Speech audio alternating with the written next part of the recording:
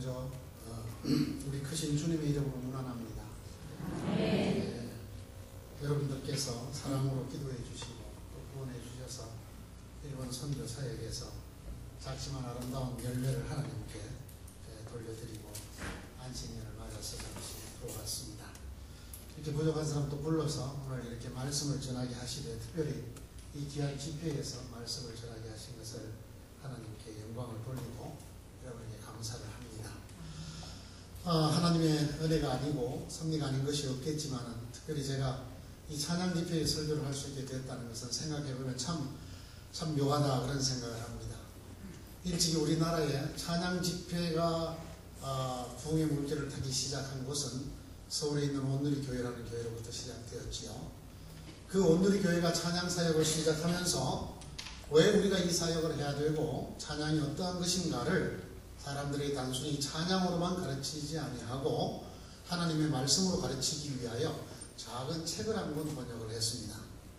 그 책은 영어로는 Let us praise, 우리로 하여금 찬양케 하라 라는 제목의 책인데 그 책은 우리나라 말로는 찬양이라는 제목으로 출간이 되었습니다. 1988년도쯤에 그 책이 출간이 되었는데 몇 년 전이죠?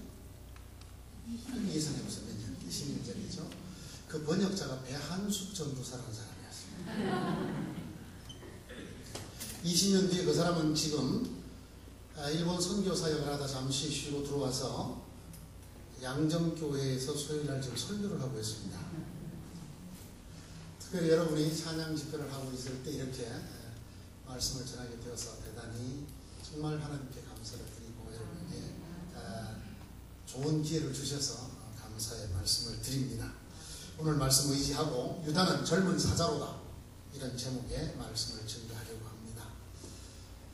저희는 그럴 일이 별로 없습니다만은 자식을 키우다 보면 부모님들이 본의 아니게 거짓말을 할 때가 있는 것 같아요. 부모님들이 어떤 거짓말을 하는가? 여러분 다르게 생각하지 마시고 그것은 바로 자녀가 둘 이상 되었을 때 자녀를 똑같이 사랑한다는 말. 자녀들은 다 똑같이 사랑한다. 나는 조금 더 누구를 더 사랑하거나 덜 사랑하지 않고 너희들을 다 똑같이 사랑한다는 말. 저는 딸 하나밖에 키우지 않아서 저는 잘 못 느낀다만 저는 사남매 막내로 자랐기 때문에 제가 자랐던 걸 생각해보면 그건 새빨간 거짓말이다. 저는 그렇게 생각을 합니다. 제가 시험을 치러 갈 때마다 저는 아주 마음을 편하게 시험을 치러 왔습니다. 저희 어머니가 늘 시험이 붙든지 떨어지든지 걱정하지 말고 시험을 치고 오너라. 그 뒤에 떨어지면 농사 지면 되지. 그런데 하나님의 은혜로 저는 중학교 입학시험 치고 고등학교 입학시험 치고 대학교 치고 대학원 치는데 한 번도 안 떨어졌어요. 시험 칠 때마다 붙었어요. 왜? 떨어지면 농사 지을 거니까. 저희 형님은 초등학교에서 중학교 갈 때 꽤 공부를 잘했어요. 그래서 제일 좋은 학교에 원서를 내내고만 떨어졌어요. 그런데 마음대로 쳐라. 되든지 떨어지든지 너는 될 때까지 시킨다. 그래서 저희 형님은 국민학교를 재수를 했어요. 6학년을 2년 다녔어요. 그 형님이 중학교 결국 이제 원하는 중학교 들어갔어요. 고등학교 그 학교 나왔어요. 대학교를 쳤는데 대학교를 3번 떨어졌어요. 온 가정의 경제력과 인적 자원을 다 동원해서 저희 형님이 대학교 붙을 때까지 공부를 시켜줬습니다. 한편 막내인 저는 편하게 치고 떨어지면 농사지. 그러면서도 물으면 어머니 하시는 말씀이 10손가락 깨물어 안 아픈 손가락이 어디 있느냐. 너희를 똑같이 사랑한다. 저는 속으로 이렇게 말합니다. 덜 아픈 손가락도 있겠고 더 아픈 손가락도 있겠지요. 혹시 여러분 중에 자녀를 키우고 계시는 부모님은 좀 반성하시길 바랍니다. 둘이서 키우는 부모님들은 솔직하게 우리가 인정할 게 있는데 더 이쁜 자식이 있어요. 더 이쁜 자식이 있어요. 희한하더라고요.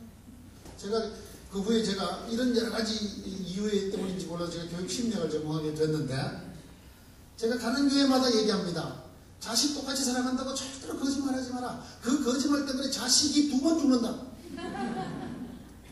한 번은 직접 당한 편애 때문에 죽고, 두 번째는 그것을 인정하지 않는 부모에게 항변할 말이 없어서 원통해서 죽는다.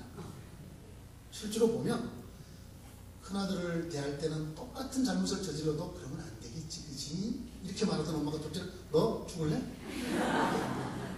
한 번만 더 그러면 내다버린다? 달라요. 그런데 여러분, 이거 너무 그렇게 원망하지 마십시오. 부모님들이 왜 그런가? 하나님을 닮았어요. 하나님. 제가 이걸 깨달은 게 비로소 작년 연말이었어요. 저도 온 교인을 똑같이 사랑하려고 하고 무지무지. 제가 평소에 제일 듣기 싫어하는 말이, 목사님 왜 저희를 차별합니까? 왜 편애를 합니까? 편애 좋아요, 싫어요? 내가 받을 때는 무지 좋지만 우리가 사랑받기 독점하기에는 조금 가능성이 없는 것 같아요. 그죠? 그대나 나나. 그러니까 우리를 빼고 다른 사람을 더 사랑하면 눈에서 뭐가 튀어? 불꽃이 튀어, 불꽃이. 여러분, 이 편애만큼 정말 나쁜 게 없거든요. 그죠? 그래서 목사님 왜 우리를 똑같이 사랑하지 않습니까? 목사님은 누구를 더 좋아하는 것 같아요? 왜 저희를 차별합니까? 이런 마음이 말을 할 때마다 하나님, 저는 목사 될 자격이 없는 사람이 괜히 됐나 봅니다. 저는 정말 똑같이 사랑할 수 있는 능력이 없나 봅니다. 하나님, 똑같이 사랑할 수 있게 해주십시오 그랬어요. 근데 작년 연말에 제가 크게 깨달은 바가 있어요. 그건 뭐냐? 편애는 하나님의 속성이다. 하나님을 닮은 사람은 반드시 편애를 할 수밖에 없다. 제가 이걸 깨달았어요. 단지 인간의 편애와 하나님의 편애는 이유가 다릅니다. 보십시오. 하나님이, 우리 인간이 뭐가 더 이쁘고 덜 이뻐서 누구를 더 축복하고 누구를 덜 축복한단 말입니까? 원론적으로 말하면 하나님은 모든 인간을 똑같이 사랑하여 똑같이 복을 주셔야 마땅하지만 다르잖아요.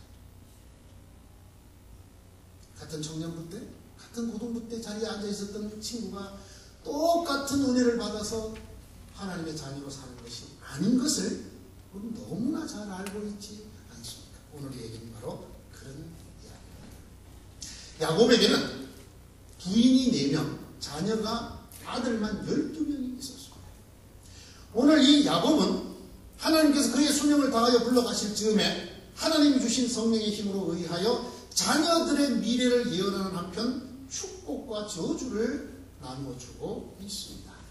여러분, 한번 자세히 41장면체를 읽어보십시오. 놀랍게도 하나님에 의하여 주어지는 야곱의 12아들의 축복이 전부 제각각일 뿐 아니라 지독한 편애를 보이고 있다는 것입니다.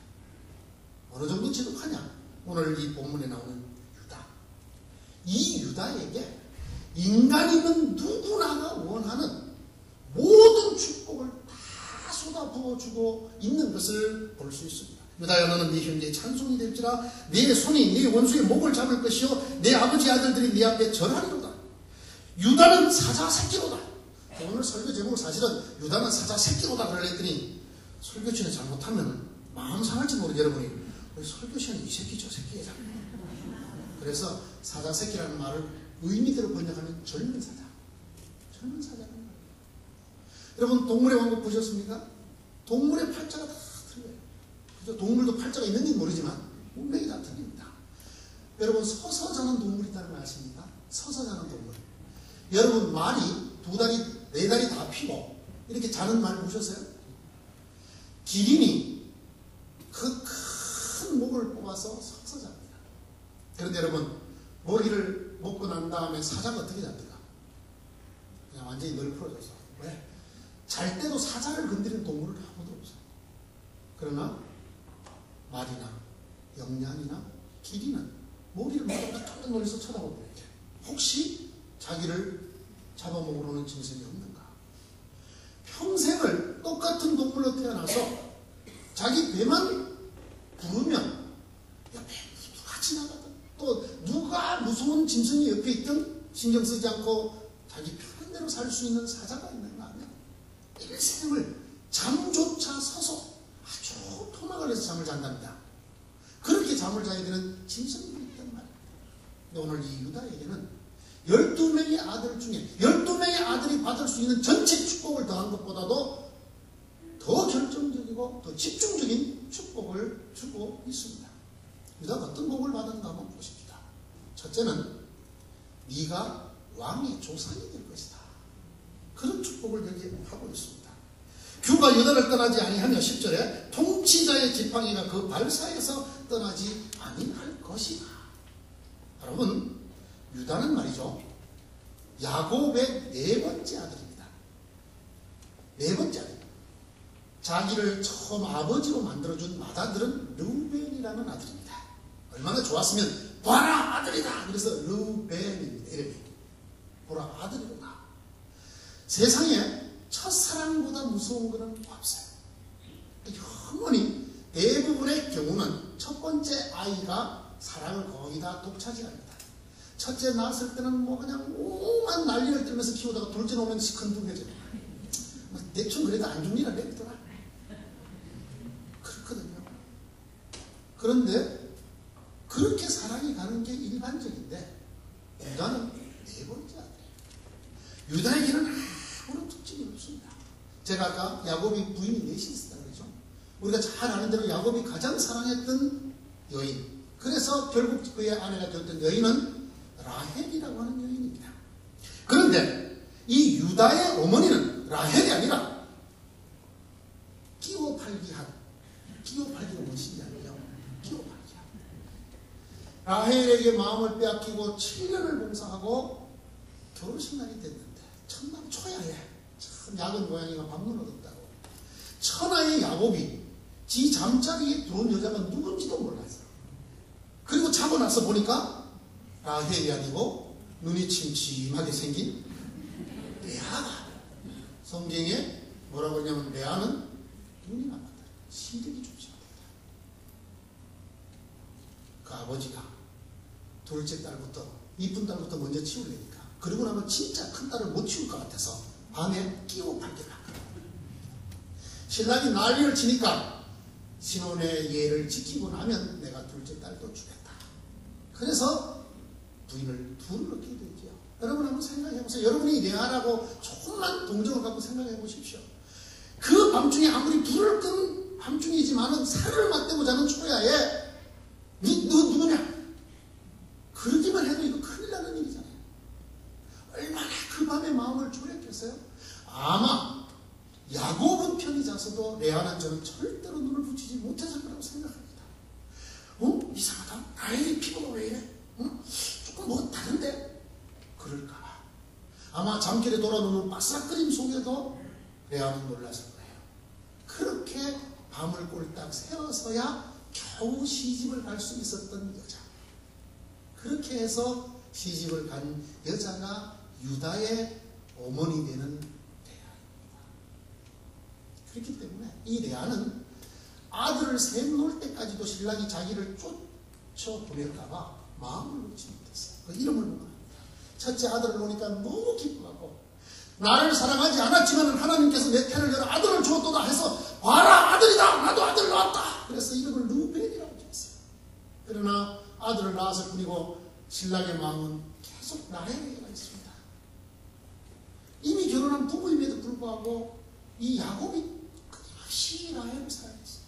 라헬은 하나님이 태를 열어주셔서 자식이 없었음에도 불구하고 끊임없이 그를 사랑했어요. 그걸 보고 또 마음이 어떻겠습니까? 자식을 놓고 살고 있지만은 정말 종의 하나 같은 취급을 받고 있는 그 여인이 기도가 얼마나 간절했겠습니까? 저에게 아들을 주십시오. 아들을 주십시오. 남편이 제게 가까이 하냐고 제게 아들을 주십시오. 둘째 아들을 보니까 얼마나 기뻤던지 하나님이 내 기도를 들어주셨구나. 그래서 이름을 들어주신 시므온이라고 지었어요. 그래도 마음이 놓이지 않았습니다. 아들을 둘 낳을 때까지 라헬에게는 아이가 없고 레아에게는 세 번째 아이가 들었습니다. 참 동서고금이 비슷한 게 있어요. 선녀와 나무꾼에 보면 아이 셋 놓을 때까지 그 옷을 가르쳐주지 말라 그러잖아요. 셋 정도 놓고 나면 못 버린다 이거예요. 도망 못 간다 그래요. 그런데 이 여자도 그랬어요. 셋 놓고 나더니 인제 지가 나를 버릴까. 그래서 이제야 남편이 나를 하나로 여길 것이다 해서 이름을 벤이라고 지었습니다. 세 번째 아들 이름이 연하. 비로소 애 셋 놓고야 남편에게서 자기가 쫓겨나지 않고 살 거라는 안도감을 얻었던 그 불행한 여자 레아가 네 번째 낳은 아들이 유다. 그런데 이 유다에게 아무런 특징이 없는 이 유다에게 모든 걸 다 보였어요.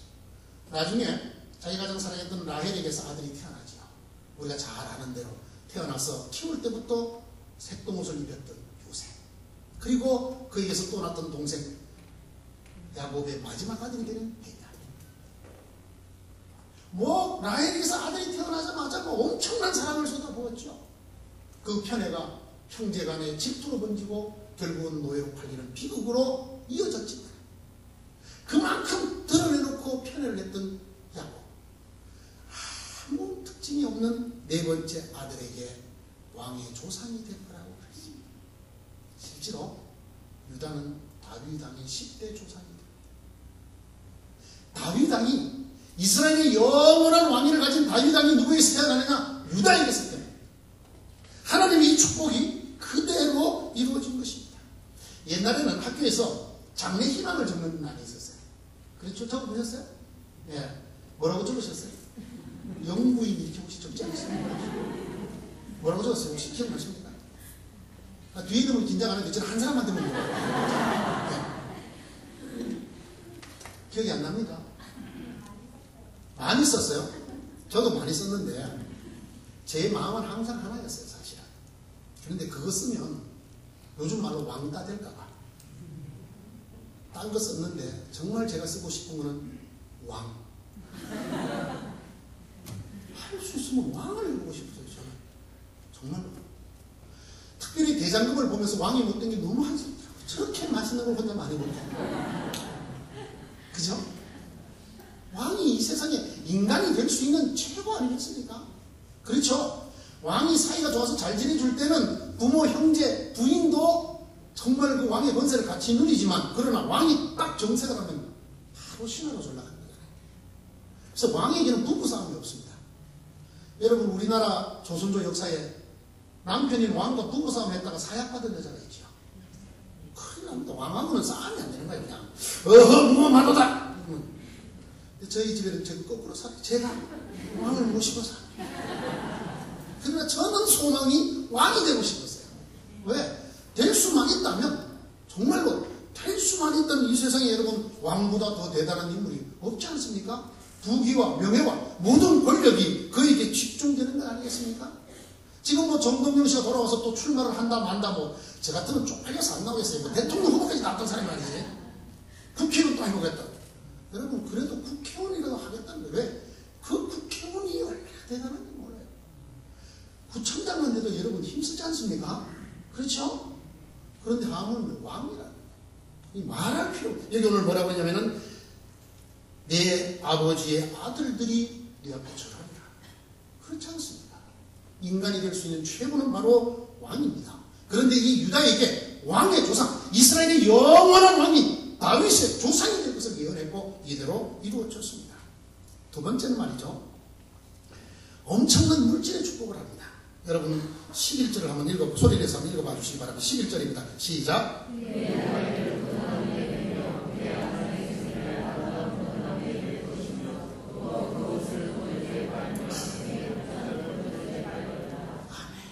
저 시골에서 자랐어요. 농사 짓는 거 잘 압니다. 아무리 소중한 짐승이라도 농사철에 짐승의 입에 망을 씌웁니다. 곡식을 못 먹게. 그만큼 인간이 먹고 살 것을 수확하기도 힘들었던 게 인간의 역사예요. 그런데 오늘 뭐라고 유다를 축복을 하냐 하면은 너의 나귀를 포도나무에 매며, 그 포도나무 밑에서 나귀가 뭐하겠어 배고프면 포도 따먹는 거야. 그의 암나귀 새끼를 아름다운 포도나무 중에 제일 열매가 좋게 열린 그 나무 밑에 맬 것이며, 뭐라고 그러냐면 옷을 물로 빠는 게 아니고 포도주로 빨고 장신구를 포도즙에 빨게 될 것이다. 다른 사람이 먹기도 귀한 포도주와 포도즙을 그는 옷 빨는 빨래하는 물로 쓸 것이다. 이 정도의 물질의 축복을 주었어요.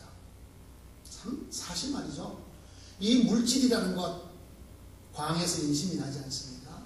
주머니가 툭툭해지면 인품이 나게 되어 있습니다. 물론 기도와 사랑으로 먹고 사는 목사의 경우는 예외입니다. 제 지갑이 두툼해서 얼굴이 빛나는 건 아니에요.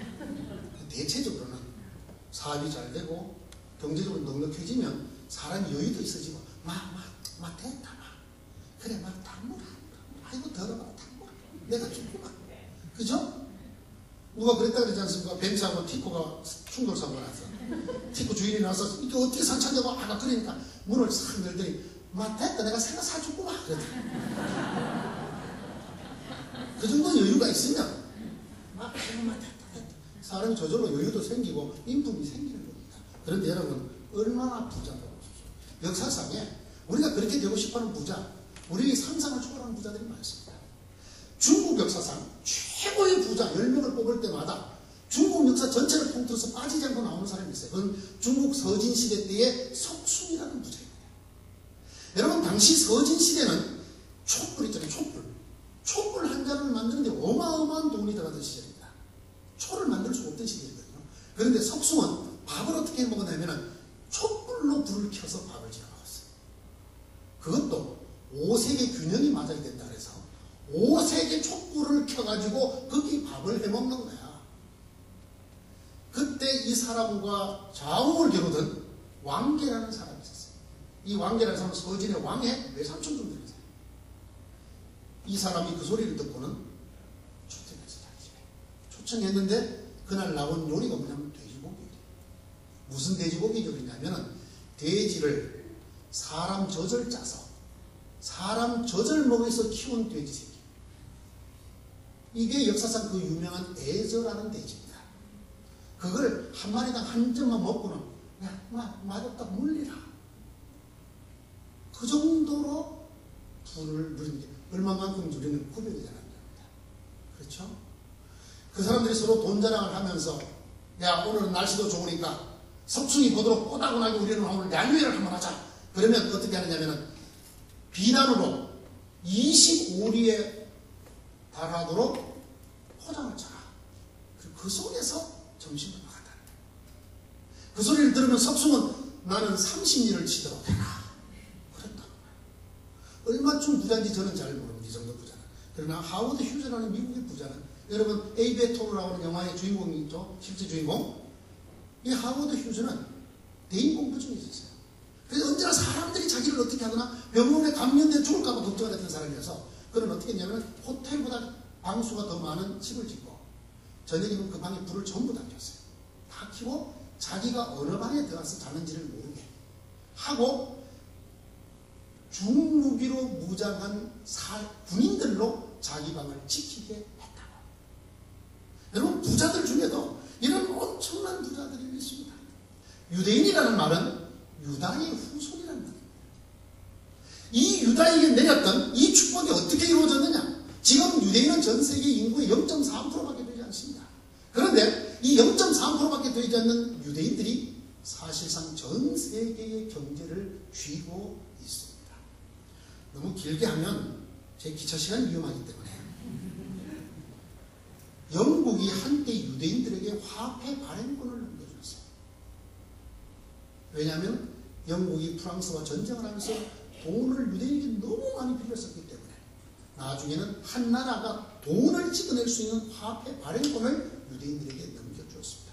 나폴레옹이 왜 몰락했느냐? 나폴레옹을 몰락시킨 사람은 유대인인데 이 유대인들이 나폴레옹과 전쟁을 하겠다는 나라마다 1억 파운드씩 군자금을 대줬습니다.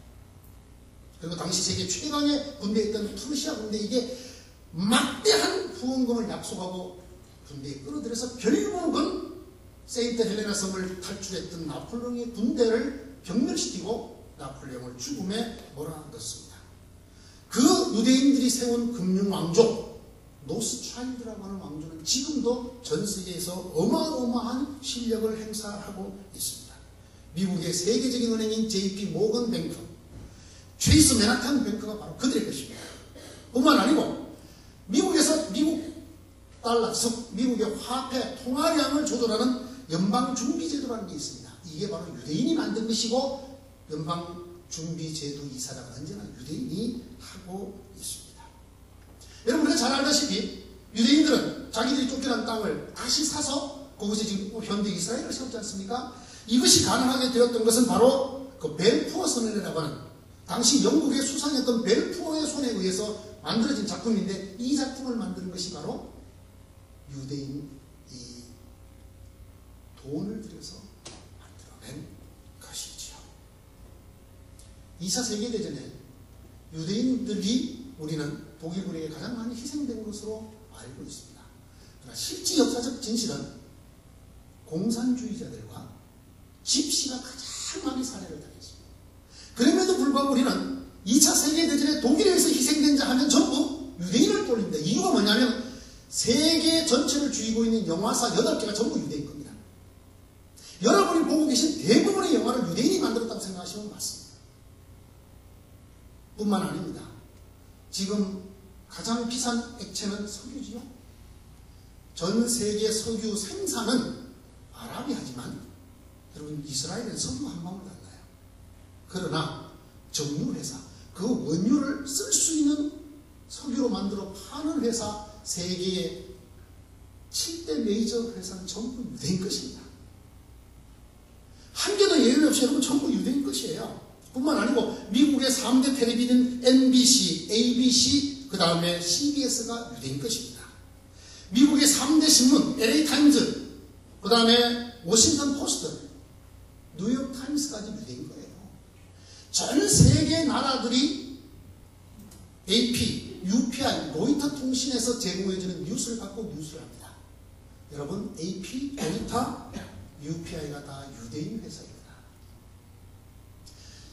세계 최강의 나라 미국이 언제나 중동전이 벌어지면 유대인 편을 드는 이유는 전 세계 금융을, 전 세계 언론을, 신문을, 방송을, 석유를, 영화를 전부 유대인이 쥐고 있기 때문입니다.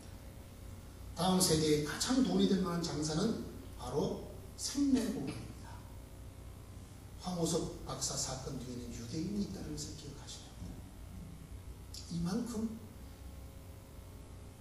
유다의 후손에게 하나님이 약속을 그래요.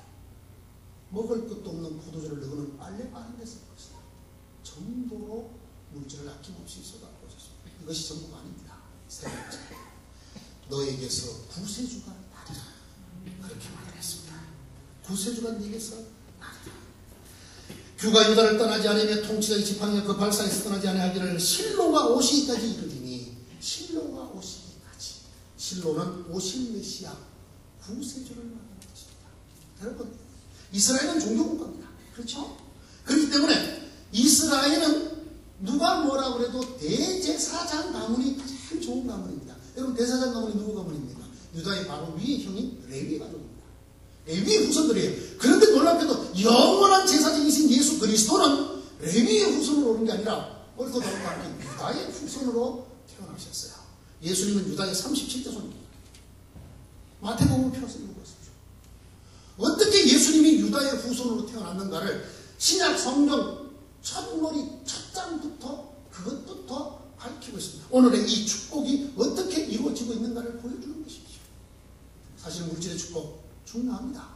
권세와 명예의 축복 아주 중요하죠. 그러나 영원한 생명의 축복이 없다면, 영적인 축복이 없다면 이 축복이 아니라고 저는 생각합니다. 참된 축복이 아니라고 생각합니다. 저는 일본에서 선교사를 하면서 뼈저리게 느낍니다. 세계 제2위 경제력을 갖고 있는 일본. 그렇지만 전 국민의 0.4%밖에 는 복음화가 안 된다. 성탄절이 되어서 사람들이 마이크를 들이대면서 오늘이 무슨 날입니까 물으면 산타크로스의 생일이라고 말하는 사람들. 장로교와 문선명이를 구별을 못하는 사람들. 그래서 지금 일본은 세계 최고의 향락산업국가, 경제 동물, 향락의 동물로 전락하지 않았습니까? 일본의 복음을 전파하기 얼마나 힘든가. 재작년 제가 있던 구에, 여기 무슨 구입니까? 부산 진구입니까? 이런 구가 있죠, 이번에도. 그 구에서 제가 있던 동네에서만 한국교회가 3개가 문을 닫았습니다. 그 중에 하나는 두레교회도 문을 닫았습니다. 이만큼 복음을 전하는 게 힘든 곳입니다. 참 여러분들이 기도해 주시고 저를 위해서 후원금을 보내주셨습니다. 제가 이 자리를 빌어서 감사를 드립니다. 저희도 너무너무 힘들어서 교회를 분해시키기까지 결정을 다 했는데 여러분들의 기도와 하나님의 은혜로 말미암아 본당 42평, 교육관 32평을 사서 헌당을 했습니다. 감사합니다. 장로님 2분을 세웠습니다. 안수 집사를 12분을 세우게 됐습니다. 권사님을 4분을 세우고 제가 한신령으로 나왔습니다. 정말 돌이켜 생각하면 어떻게 이런 일이 일어났을까?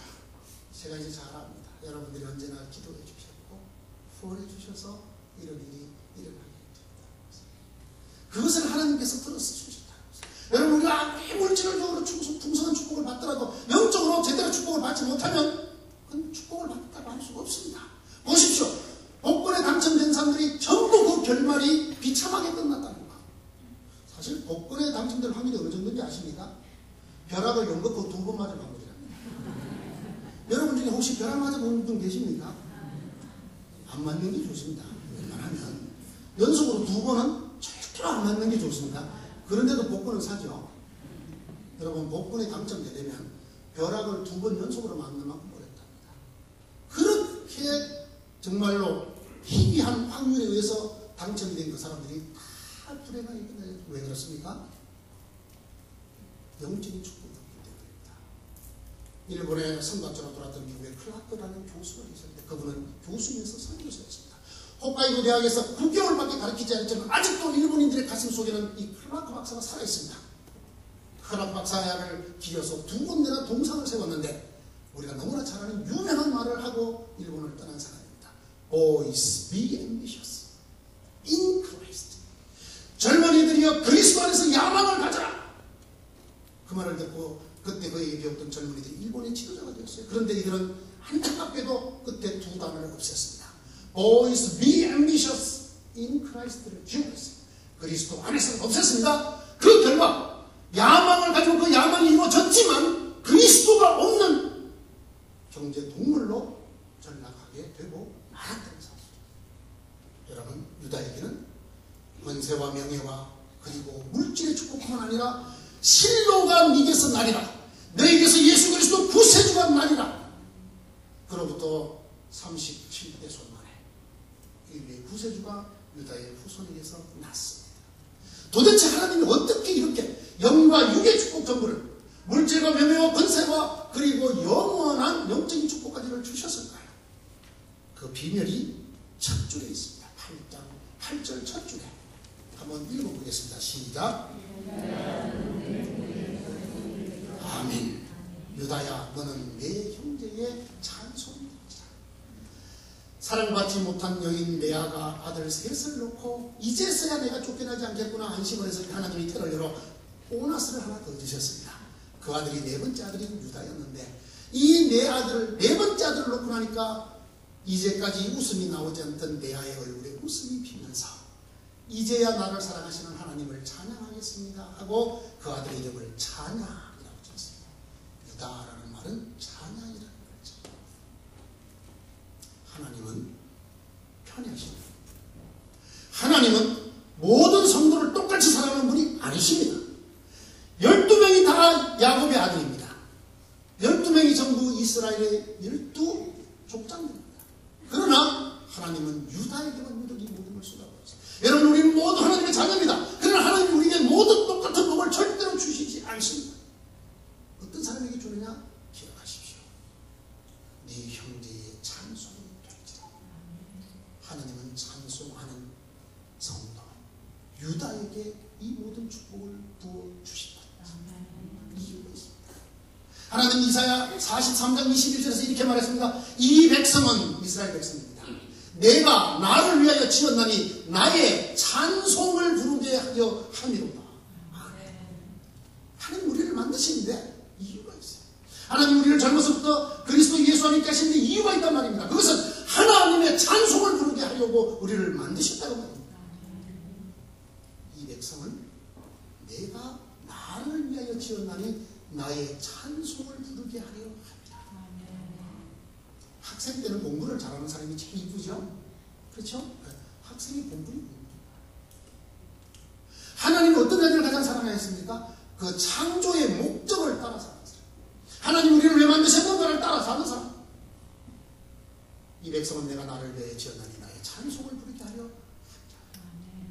우리가 하나님 우리를 지으신 목적을 이탈하지 않고 살면 하나님께서 반드시 우리를 복 주는데, 첫째 왕같은 복, 쓰고도 남아서 빨래 빨아 버릴 만큼 물질을 넘치게 주는 복, 구세주가 우리 속에서 영원히 떠나지 않는 복, 이 전부를 합쳐서 성경은 젊은 사자의 축복이다.